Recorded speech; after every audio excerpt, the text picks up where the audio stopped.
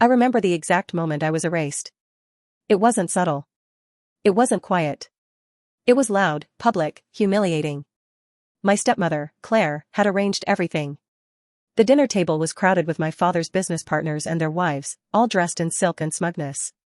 My stepsister Lana was already smirking before the accusations even began.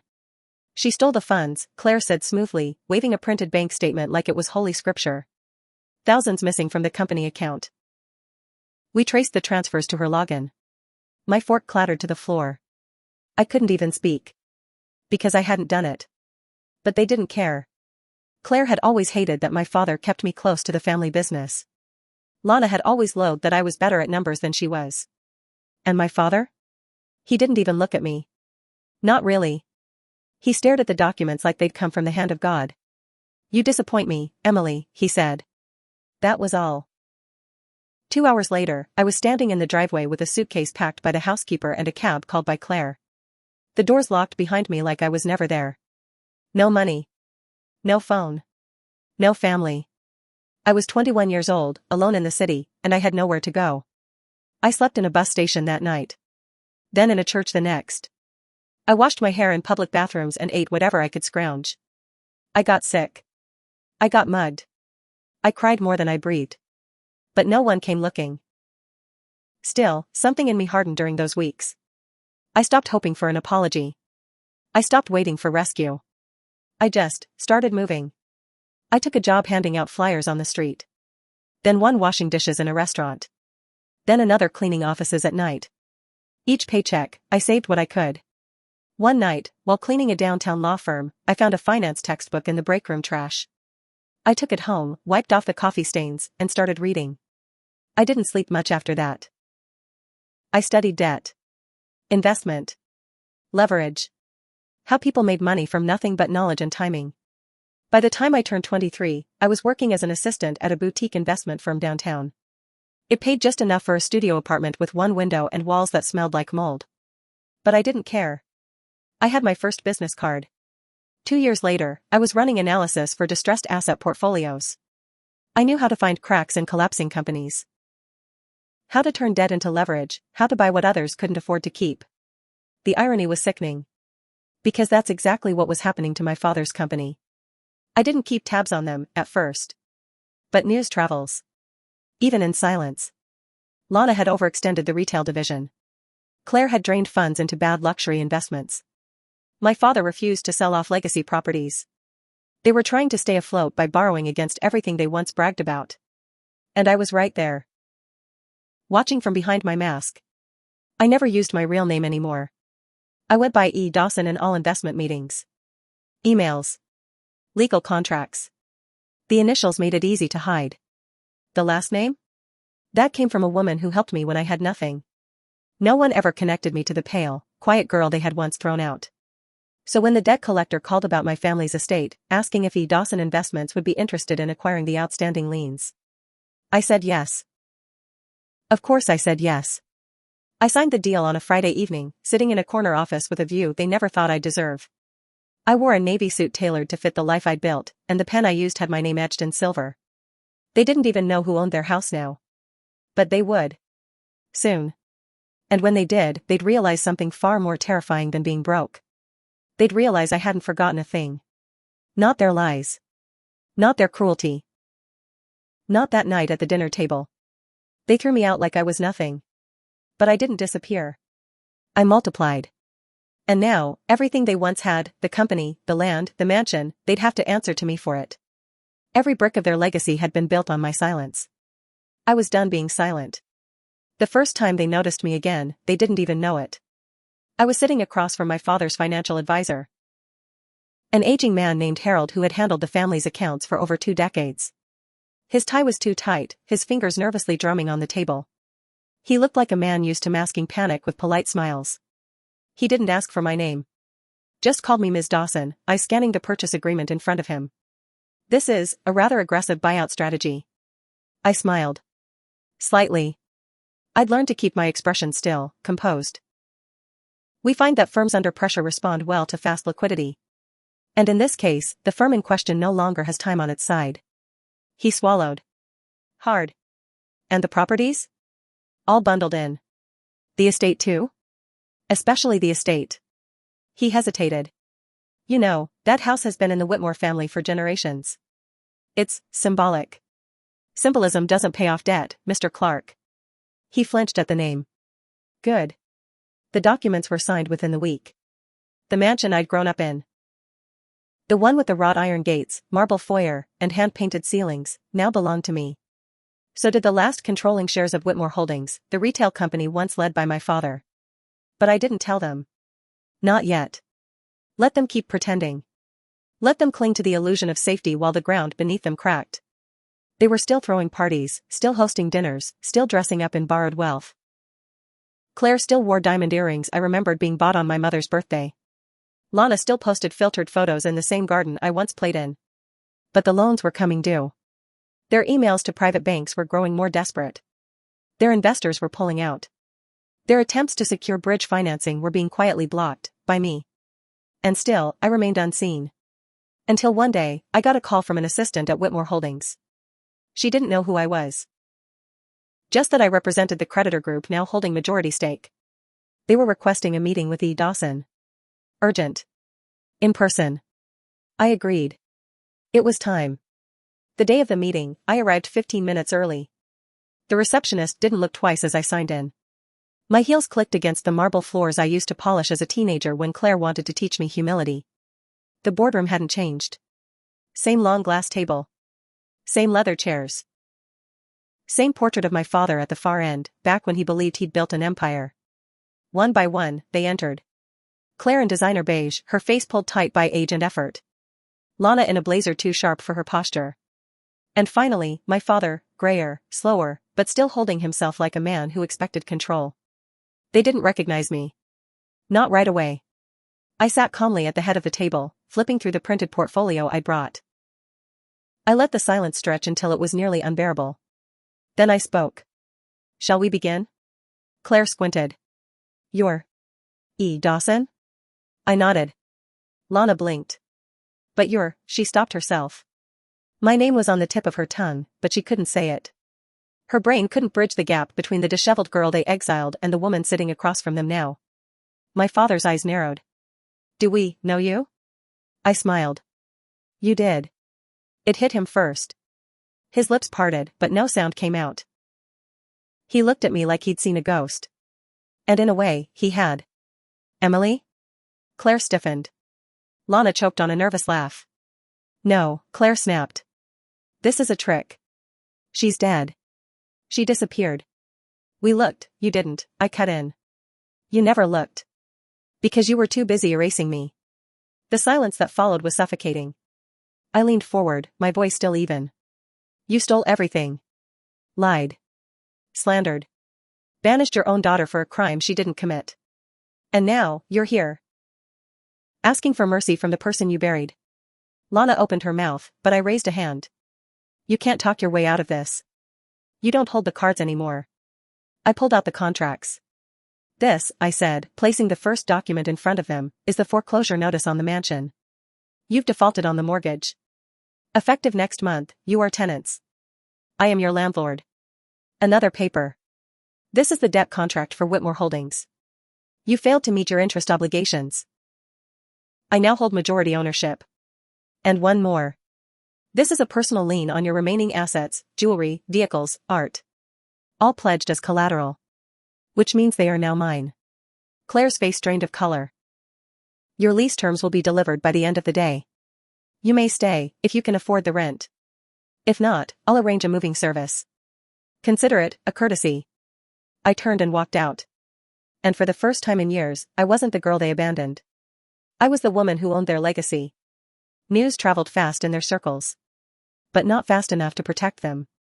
By the end of the week, I was already fielding calls from names that used to make me flinch. Family friends who once refused to look me in the eye, who echoed Claire's whispers that I was troubled, ungrateful, or worse. Now they were all reaching out with eager voices and tight laughs, wondering if I had time to grab lunch. They wanted to reintroduce themselves. To rewrite history.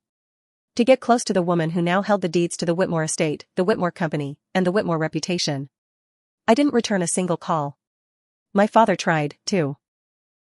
First through Harold, then directly. A handwritten letter arrived at my office, sealed in the same monogram stationery he used to sign deal memos back when his word held weight. It was 3 pages long.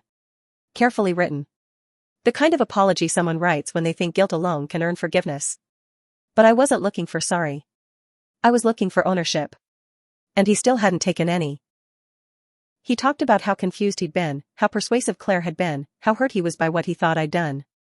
But he never once admitted he threw me out without proof. Never once said he chose lies over love. He wanted redemption without ruin. And that wasn't something I was willing to give. Meanwhile, I started the process of turning their legacy inside out. The estate, once a symbol of their status, was stripped of its gaudy furnishings. I brought in a design team to modernize it completely. The oil paintings were sold. The velvet furniture auctioned off. I turned the ballroom into a conference space. The drawing room became a co-working lounge for female entrepreneurs. I wasn't just reclaiming the space. I was rebuilding it in my image. Whitmore Holdings was worse. Years of poor leadership had gutted what was once a profitable enterprise. They'd expanded too quickly, borrowed too recklessly, and burned bridges with partners who once held them afloat. I called in the top consultants. Fired half the board. Rebuilt the supply chain from scratch. Streamlined the branding. And I did it all under the E. Dawson umbrella. They had no idea how many pieces of their empire were now in my grip. Until the eviction notice landed on the front door. Claire called me at 6:14 a.m. I didn't answer. She called again at 6:17. Then 6:20. Then 6:23. By the 4th call, I picked up. She didn't bother with a... Then I said, "You'll find that the world is a very different place when you don't have a last name to hide behind." And I hung up. They had a week to vacate. I made sure the movers arrived on time, professional and polite. Claire tried to scream at one of them, but he didn't flinch. Lana clung to a fur coat she could no longer afford. My father stood at the edge of the driveway, holding a framed photo of our family before it all fell apart. I watched from the upstairs balcony, sipping tea from a porcelain cup they used to keep locked in a cabinet. The same cabinet I used to polish as a chore. Poetic, really. They left in a flurry of chaos and cardboard boxes, loaded into a borrowed van from a friend who clearly wanted them gone as quickly as possible. And when the gates finally closed behind them, I turned back inside and smiled. This place wasn't haunted anymore. It was mine. Fully. But I wasn't finished. Owning their assets was satisfying. But I had one more goal. I was going to take everything they used to define themselves, money, reputation, legacy, and build something greater with it. Something undeniable. Something no one could ever take from me again. The world had looked at me once and decided I was disposable. Now it would look again and realize I was inevitable. It didn't take long before people started calling it the Widow House.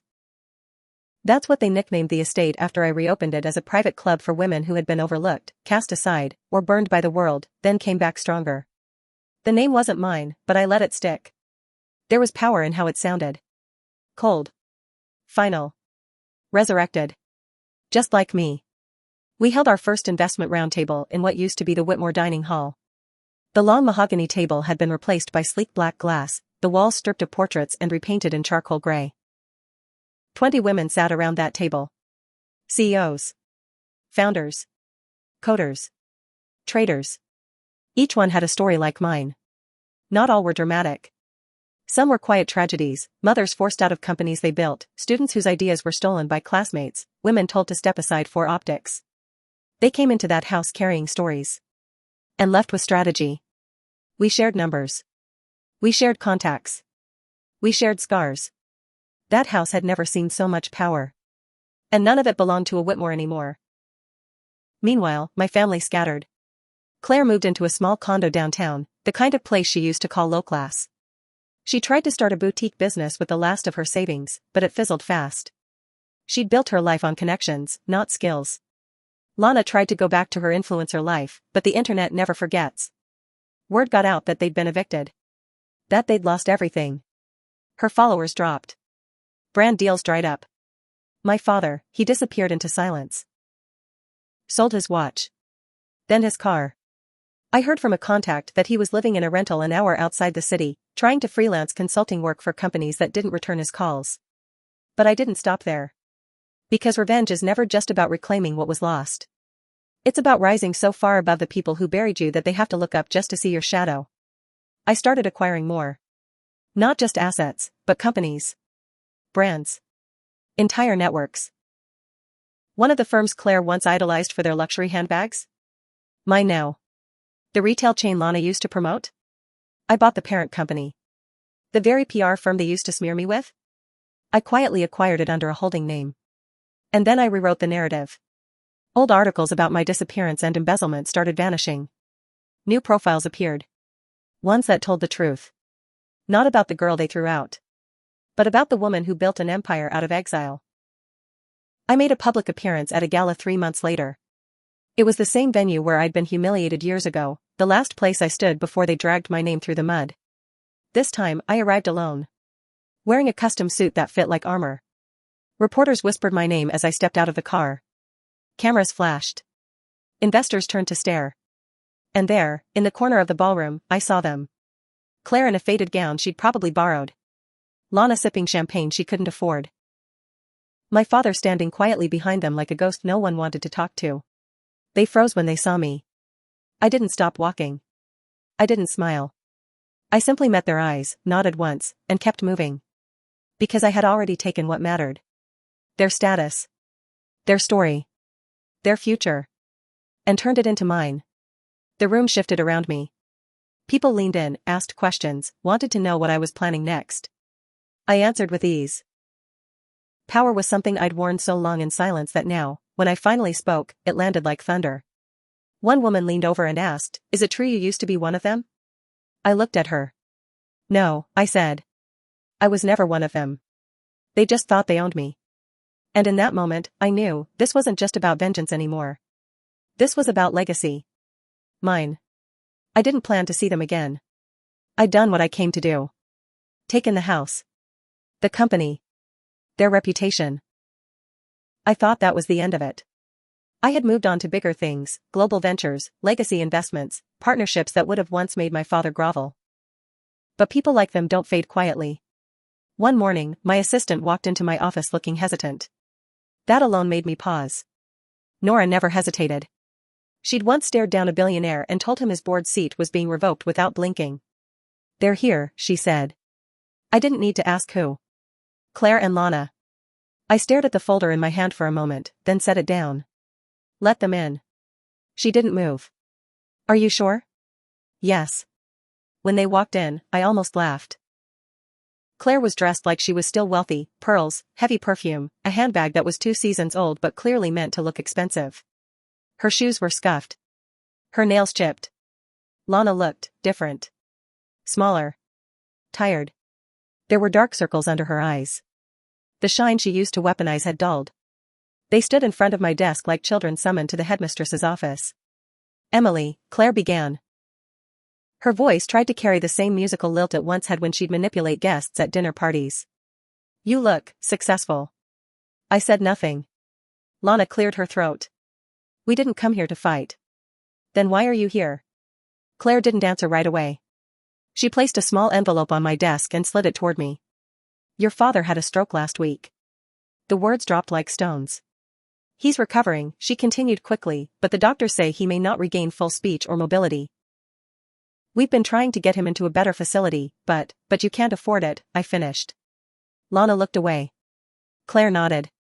"We know you have the resources. And regardless of the past, he's still your father." I stared at her. At the woman who watched me sleep on sidewalks without lifting a finger. "You think blood obligates me?" I asked. "He made mistakes," Claire said quietly. "But so did we. We were wrong. About everything. About you." I stood slowly and walked to the window. I remembered begging for their attention. Their belief. Their love. I remembered freezing nights and hungry mornings. I remembered waiting for this moment, thinking it would be triumphant. That I'd relish watching them beg. But it wasn't satisfying. It was pathetic. They weren't powerful anymore. They were crumbling. And I no longer needed their pain to feel whole. I turned back. "Here's what I'll do." They straightened. Hope flickered. "I'll cover his medical expenses.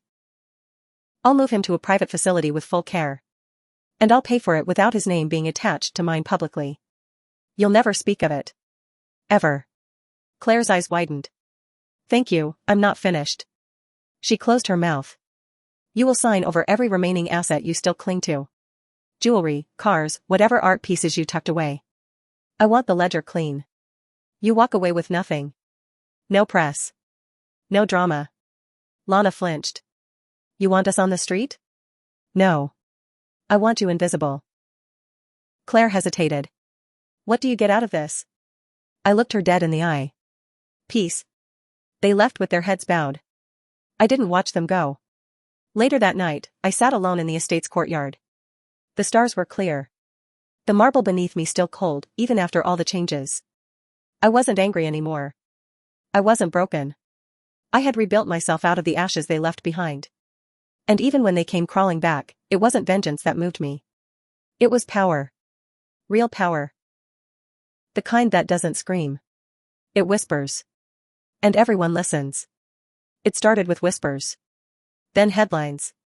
Then the calls. Who is he, Dawson? It was on finance blogs, investor threads, even trending hashtags. People wanted to know who had quietly acquired half the failing legacy empires in the region, who turned around a dying retail chain into a case study in modern restructuring, who bought a 100-year-old estate and turned it into the most exclusive private wealth society in the country. But I didn't give interviews.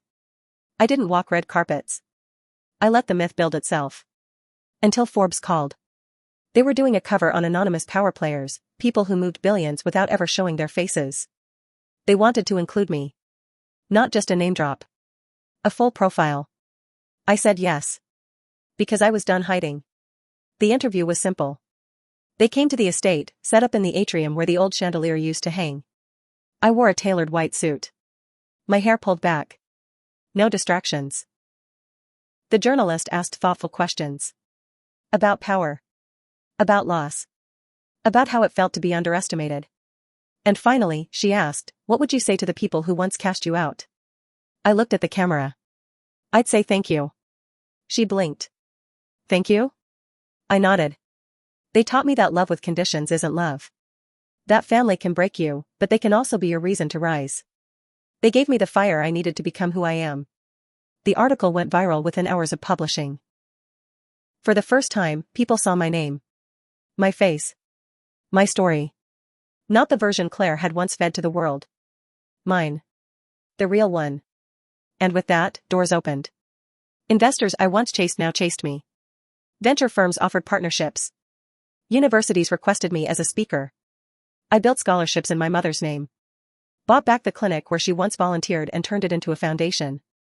I didn't do it for recognition. I did it because now I could. Because I had rewritten the legacy my family tried to destroy. And then, out of nowhere, I got the letter. Handwritten. Shaky. From him. My father. He was in the care facility I arranged, relearning how to write, how to walk. The words were uneven, some letters too big, others barely legible. But the message was clear. Emily. I was wrong. I see it now. You didn't need me. But I should have stood by you. I lost the only child who ever believed in me. If you never speak to me again, I deserve that. But thank you, for the care, for the chance. I remember who you are now. And I'm proud. I didn't cry. But I sat with the letter for a long time. It didn't erase what happened. Didn't fix the years I spent building myself back from nothing. But it mattered. He remembered. And for the first time I felt the weight lift.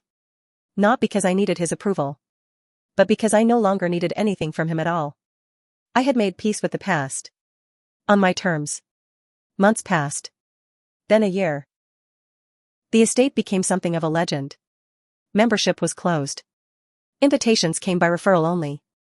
Women flew in from across the globe to walk its halls, pitch ideas in the boardroom that used to host wine tastings, and strike million-dollar deals in the garden where I once begged for my father's attention. They called it a sanctuary. A fortress. A revolution in silk and steel. And at the center of it all, I stood untouchable. But the past has a way of knocking even when you've locked every door. I was walking through the West Wing, once Claire's private parlor, now a media room, when Nora met me halfway, phone in hand. There's someone in reception. Says she doesn't have an appointment, but she won't leave until she sees you. I didn't need to ask who. I knew. And part of me almost smiled. I said, let her in. She walked in slowly, eyes darting over the marble, the art, the furniture she never thought I'd be able to afford, let alone design. She looked smaller now. Fragile in a way that didn't suit her. Lana. She jumped slightly at the sound of her name. Emily, she breathed. I wasn't sure you'd see me. I tilted my head. You were very sure of a lot of things once. She winced. I'm not here to beg, she said quickly. I know what we did. I know what I did. I didn't come to ask for money or favors. I waited. She swallowed. I'm working. Full-time. It's not glamorous, but it's mine. And I wanted to thank you. My expression didn't change. She rushed to continue. Not for the money. Not for the estate. But for the example. I see your name everywhere. People I work with talk about you like you're this myth. And she broke off, breathing hard. You did it. You really did it. You turned everything they used to tear you down into something they'll never touch again. Silence stretched between us. She looked away. I know sorry isn't enough. But I needed to say it anyway. I needed you to know I see it now. All of it. I studied her. The girl who once laughed when Claire tossed my clothes onto the lawn. The sister who watched me disappear and never once looked back. And now, she stood in front of me, not with arrogance, but clarity. I'm not here to destroy you, Lana, I said finally. I never was. I just needed to prove I could survive you. She nodded. Eyes glassy. You did more than survive. I reached for the side table, picked up a small black envelope, and handed it to her. She hesitated. What is this? An invitation. She blinked. To the next summit. Female-led ventures. Closed circle. It's not charity. You'll pitch like everyone else. But I think you'll have something to say now. Lana stared at it like I'd handed her a second chance. Why, she whispered. I looked her straight in the eye. Because you're not the girl who watched me burn anymore. And I'm not the one who needed your approval to rise. She took the envelope. And for the first time since we were children, she looked at me without resentment. Without jealousy. Without fear. Just understanding. And as she walked away, I realized something I hadn't before. This wasn't the end of a revenge story. It was the beginning of a legacy. They say revenge is sweet. But what they don't tell you is that success, true, earned, undeniable success, is the kind of sweetness that lingers. It doesn't burn out. It evolves. Years had passed since the day I was thrown out like garbage. Since the night I slept on cold concrete and promised myself I'd rise so high they'd choke on the air I breathed. And now, I stood at the edge of my estate's northern terrace, overlooking the very gardens where Claire once paraded donors and lied through her teeth about our family's perfection. But today, there were no lies. Just rows of chairs. Laughter. Voices filled with ambition and hunger and power. We were hosting our largest summit yet. Women from 25 countries flew in to attend. The media couldn't get enough. Every headline used my name now. Not Claire's. Not Lana's. Not my father's. Mine. Emily Dawson. The one they disowned. The one they tried to erase. The one who now signed checks large enough to fund the futures of 100 women just like me. At the summit's final panel, I took the stage to speak. Not just to inspire, but to make something clear. They expected a speech about empowerment. About resilience. What I gave them was truth. I was cast out of the house I grew up in with nothing but a suitcase and the clothes on my back, I said. Not because I failed, but because I threatened their comfort. Because I was smarter than they were ready for. Because I didn't stay quiet. Silence wrapped the room like velvet. I slept on buses. Cleaned floors. Ate scraps. And every time I thought about giving up, I remembered their faces. Not out of hate, out of focus.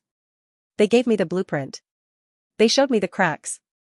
And I built everything you see now in the space they left behind. I paused. Let the words settle. This isn't just a success story. This is a warning. To every person who thinks discarding someone weakens them, be careful. The ones you cast out often become the ones who hold your future in their hands. The room erupted. But I didn't bask. Because I didn't need applause. I already had everything I wanted. The estate was no longer a house. It was a symbol. The company was no longer a brand. It was a movement. And I was no longer the girl in the shadow of someone else's name. I was the architect of my own. That night, I walked the halls alone. Past the marble staircase. The private library. The vault where my documents were kept. I paused at a room we never opened to guests. Inside was a single trunk. Old photographs. Childhood drawings. Letters never sent. And a pair of worn shoes. The same ones I wore the night I was thrown out. I didn't cry. I just smiled. Not out of sentiment. But because they were proof. That I had been there. That I survived it. That I had built everything not in spite of that night, but because of it. And as I turned off the light, I whispered one final thought to the girl I used to be. You were never nothing. You were just the beginning.